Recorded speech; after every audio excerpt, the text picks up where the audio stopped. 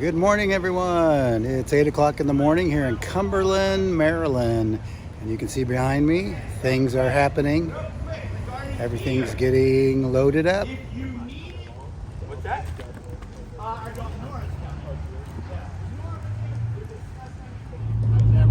I saw you have Justice Off-Road. That's like stuff you would do. And somebody came from California. Who's got the food? She might not have gone the way I did. She might have gone the Whitehurst Freeway. I don't like that way.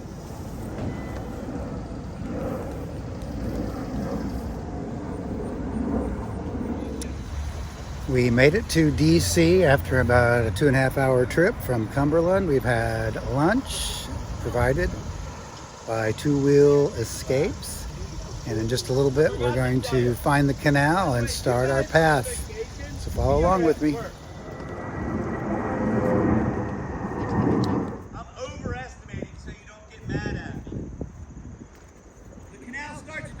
Rock Creek. Rock Creek is over here. Mile zero, the water called gate, inflated gate, whitewater gate, star gate, whatever. Right? The reason they named wood, there's coal, there's a bunch of crap that we want to get here. And we make stuff here. We want to send it out there and get those people to buy what we make. How are we going to do it? We're going to build a canal. Canals were the proven technology in 1828. Yeah.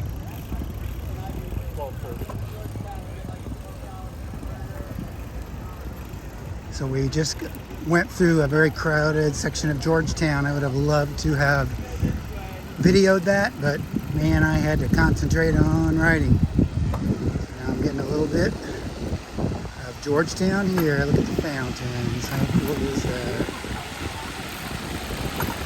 We're having to take a little bit of a detour off of the canal because they're working on it right now.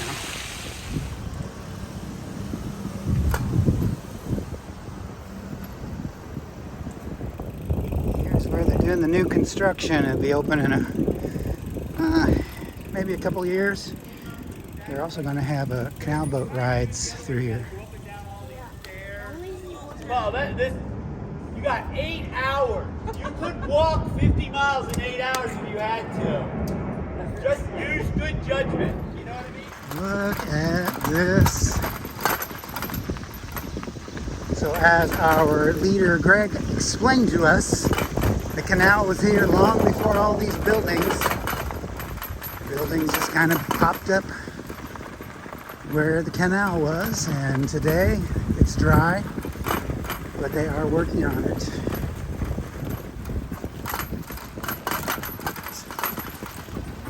Someone said when it rains, this part gets really, really mucky, but it's been dry for several days, so the rain has gone away.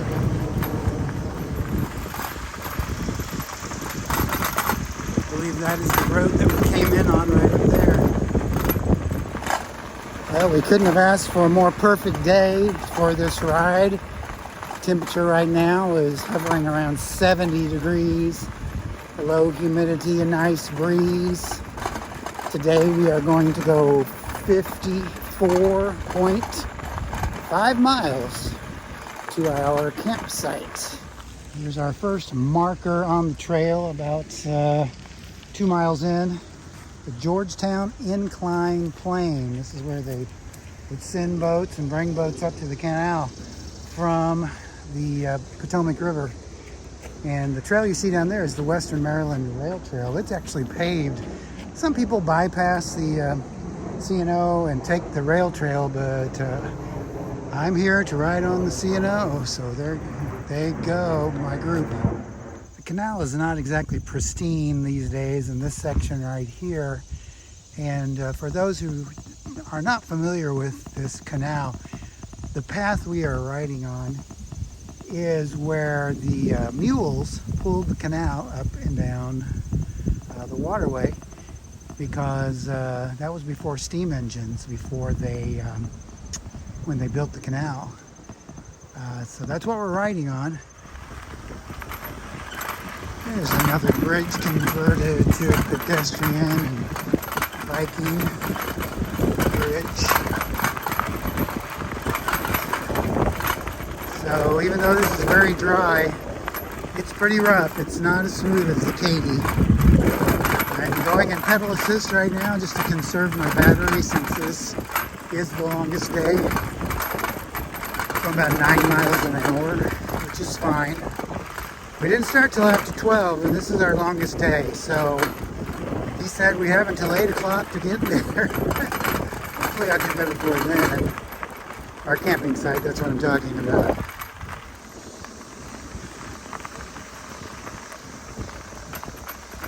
So it looks like they're working on that lock right there. And as a result, we have a little detour here, our first detour. I don't think there are too many detours. So as you can see, they're doing some work right here, restoring this lock in this area. And that's where I came from, right that way. So this is lock house number 6. There are several of these along the trail.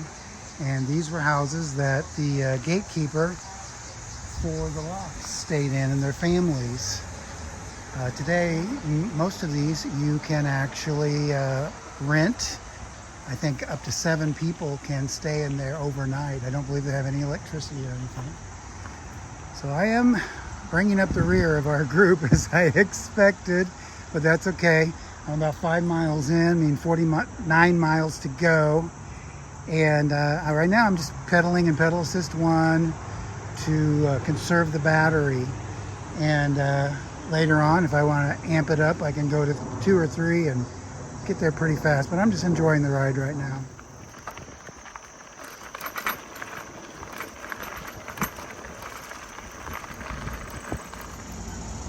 Here we have lock number 7 with the lock house. Now you can see how narrow these locks were.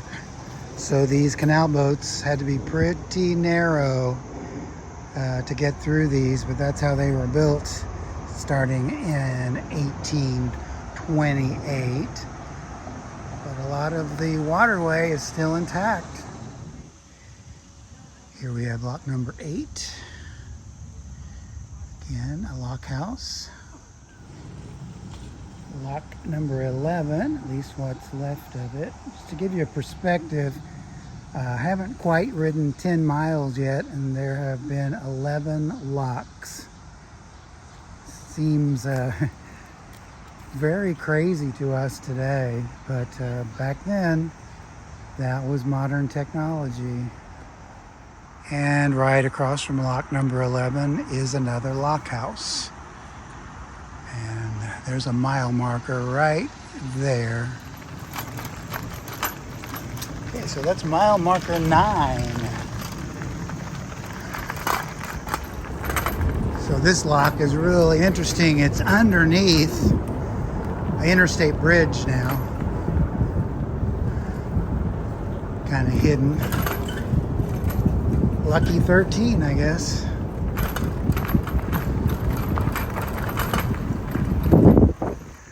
Okay, mile marker 10. 44 miles to go to our destination. We're doing really good. I think it's about 2:30 right now. Been riding in pedal assist 1 all this way, and I still at 90% on the battery. So I think I'm going to up it to pedal assist 2, go a little bit faster for the next 10 to 20 miles and see how it goes from there. So you can see it's a lot wider here. Almost looks like the Potomac, but it's still part of the canal system. I think they just use more of the natural terrain here for the canal.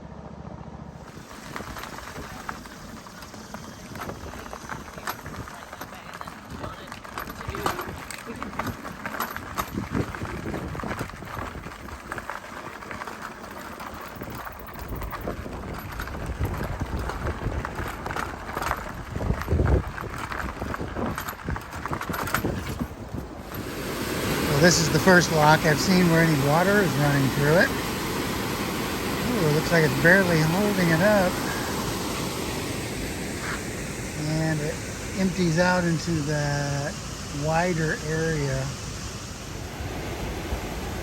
Here we have lock 16, and there's a lock house kind of hidden back there. Doesn't look like that one might not be used as a lodging right now. I know this looks like a covered bridge, but that's not what it is. My understanding is this is some type of a gate that used to be. There was a bigger drop down there, and in times of flooding they could drop that gate and try to keep the damage at a minimum. This is the Saturday before Labor Day, so this trail is really busy today, and it's liable to get a little bit more busy as we approach the falls.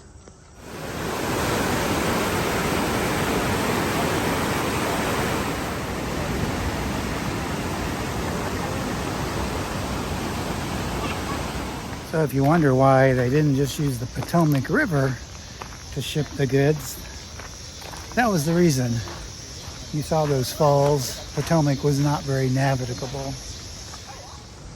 Now this area is restored enough that people can take rides on this replica boat, this canal boat. It doesn't look like they're running today, and I would not have time to do it anyway. Because I'm only 15 miles in and I've got about 39 miles to go. This is a very busy section today on this Labor Day weekend, and this is Great Falls Tavern with another lock.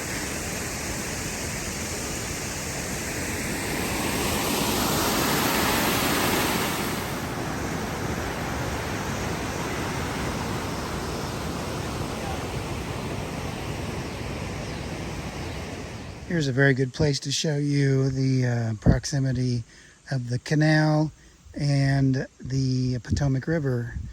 So here we have the canal and the towpath, and just right over here to the left is the Potomac. It's pretty wide over there.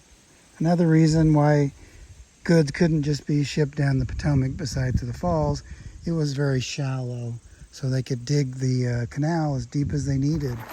Something else the canal is used for today is kayaking. That would be very fun to do also. Here's another good example of why they built this canal. Here we have the canal.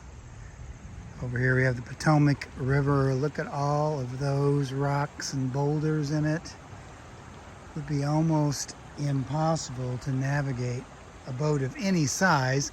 Obviously the Native Americans in canoes and the pioneers, they could do it, but wow, any larger boats, not possible. Now here we have lock 23, but this is a little different. We have inlet lock 2. What does that mean? Well, the water had to get into the canal some way, and it would get in there from the Potomac River. So this was an inlet lock. It seems to be in pretty good shape.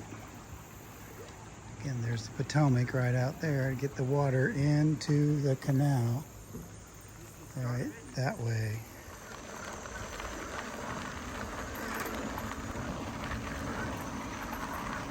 Well, here we have a different surface. It's very smooth, unlike a lot of what was behind me, which is like traveling on a gravel road. This is really nice. I know they have been trying to make more and more improvements on this trail year after year, and doing a good job with it. Lock 24 with another lock house. Notice how the rock on this lock is a lot different, more of a reddish color than the ones behind me, which was whiter. That's simply because it depended on where they quarried the rock. This wasn't all built in one year, that's for sure. So as they built it year by year, depending on where they got the rock, that made it look the way it does. Mile marker 27.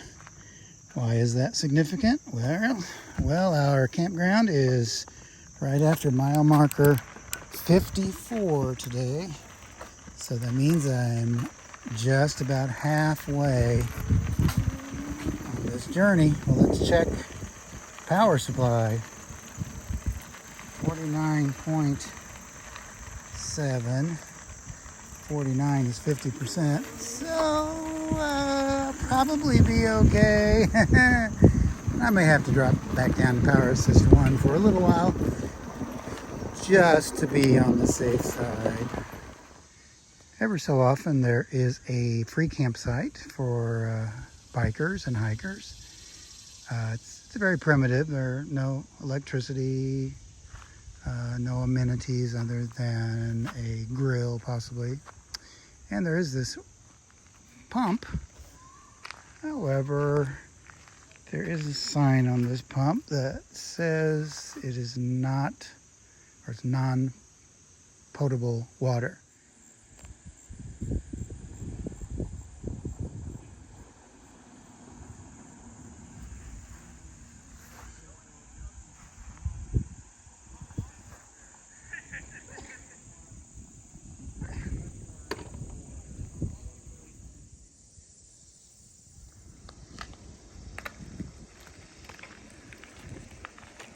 Historic White's Ferry right at mile marker 35.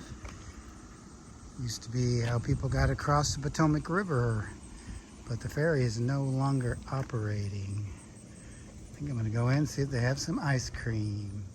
And this is the old ferry that is no longer in operation. I don't know how long it's been out of commission, but just last spring they had a huge flood right here, and it flooded this whole area, and it looked like they bounced back pretty well. A little different terrain and section. Seems like going out of White's Ferry,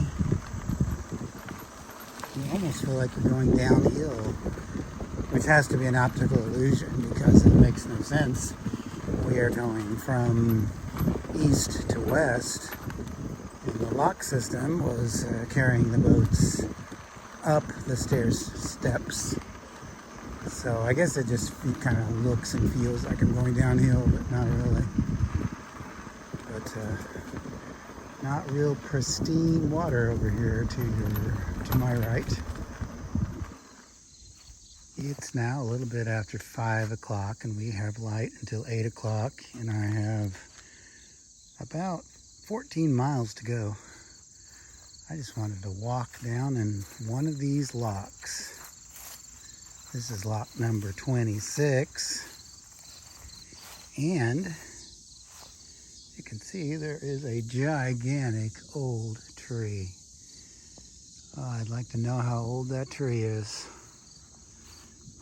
That is amazing. And I'm guessing this is the remnants of an old block house. Be about the right size, and the base is still standing, but not the house.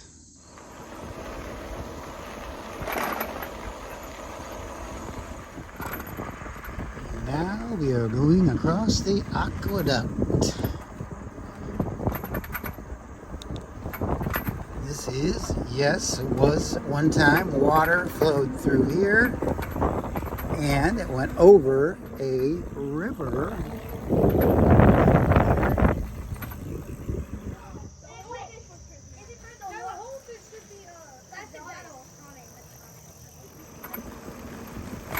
I'm on your left. That's a cool setup. So this is Point of Rocks, and right there was the railroad tunnel, which was a point of contention between the canal and the railroad. They both wanted this section, and it went all the way to the Supreme Court, with, I believe, the railroad winning.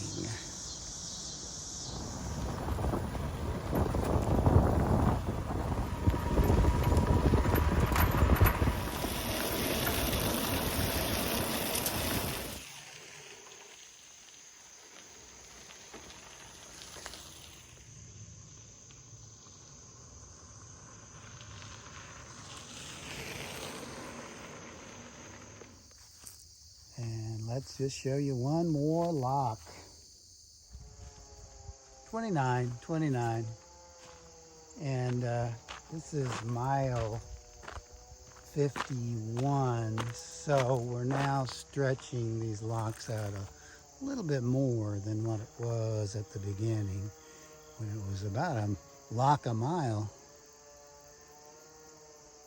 Only have about 3 more miles.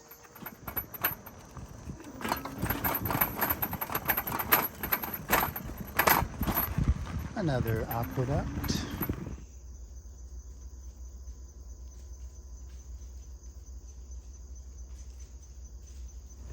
I'm about to make it into camp tonight at Brunswick Family Campground. We're gonna have tacos tonight. Well, I think I'm going to conclude the video before I get to the campground today. What a magnificent ride, perfect weather, 54-mile day with no problems with the e-bike. So thanks for watching. Give it a thumbs up if you like the video.